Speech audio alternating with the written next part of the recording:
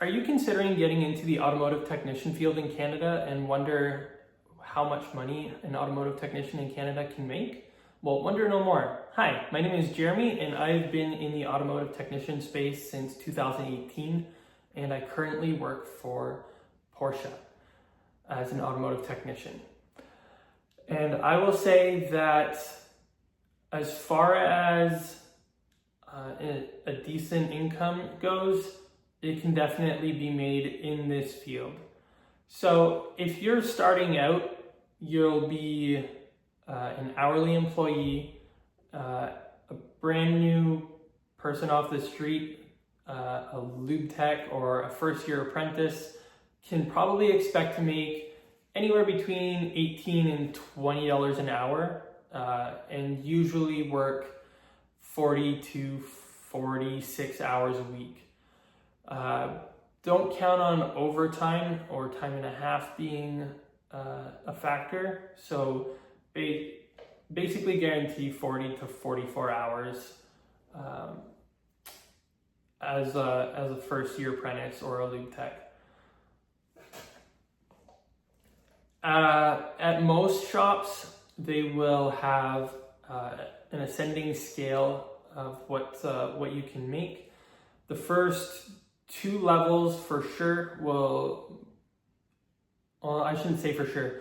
Most of the time, the first two levels will be an hourly position. Expect to get into the low to mid 20s by the time you are a level 2 or a level 3 apprentice technician. At level 2 or level 3, a lot of places, if you've been there a long time and have shown that you can generate hours, if you can bill out as many hours for the company as you are there, they may start to dangle a carrot in front of your face called flat rate. And flat rate is either the best thing that's ever happened to you or a stab in the chest multiple times a week. And sometimes those are in the same day. So what is flat rate? Flat rate is a shop telling you this is the wage we will pay you per hour.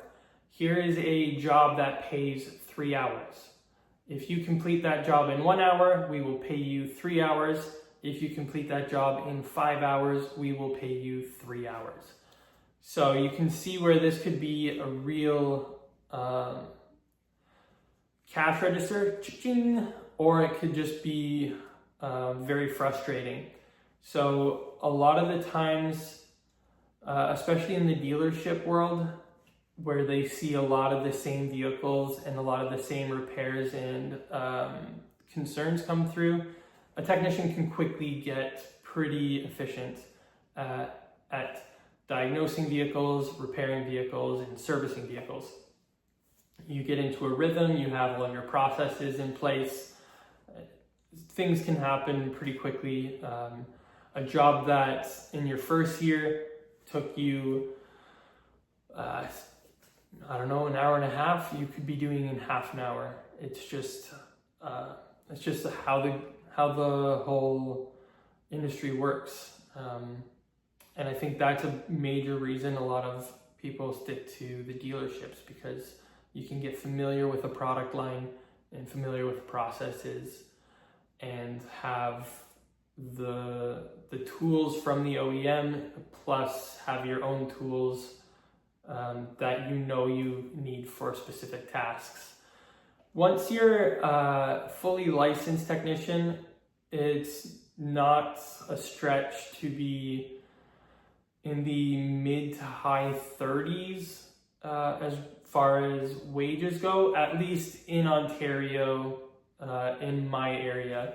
I'm sure the city of Toronto is different than where I am, and I'm sure British Columbia and Alberta are vastly different from where we are. And I do know that certain provinces, I know for a fact that Quebec is one of them, the flat rate system is not illegal, but technicians aren't allowed to be paid that way. Technicians have to be paid hourly. So if you're in one of those provinces, this really doesn't apply to you. As a licensed technician with a couple of years brand experience, you could potentially flag 60 to 80 hours in a week, depending on the work you get, the organization and efficiency of your service advisors and parts departments, and how much you want to hustle, because at the end of the day, you can give a bunch of excuses as to why you didn't make 40 hours this week, but usually the problem is staring right back at you in the mirror. I know this from experience because I've gone through periods where I've been extremely motivated to produce hours, to be efficient, to show up early, stay late, whatever it takes to get the jobs done. One of my best or favorite examples of flat rate working out in my favor was I had to do a passenger side airbag on a Ford Fusion, the new body style. I'm not a Ford technician. I wasn't working at a Ford shop. The repair manual said the whole dashboard had to come out, and it paid, I think, 8 hours.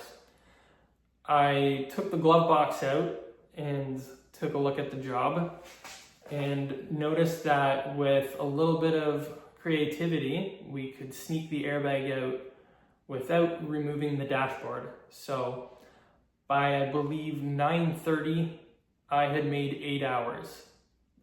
In an hour and a half, that is, to this day, the best I've ever done, and I will probably tell my grandkids about that day. Back in my day.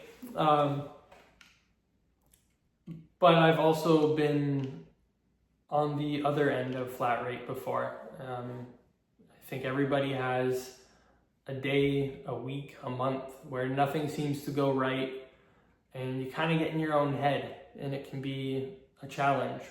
But if you push through and take every day as a new opportunity, and make sure that you walk into that building with the right attitude, there's a lot of money to be made in this trade. I know for a fact that you can make 6 figures and beyond, and I've seen it done.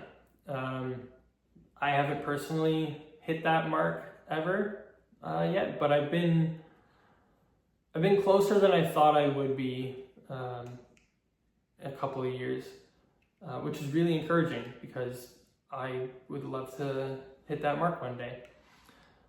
I hope this was helpful. If you are in the trade in a different province, let me know down below in the comments, what's it like in the province that you were at? What are the average wages, and what are people in your area making? And if you like this style video, hit the like button. Consider subscribing to see future content.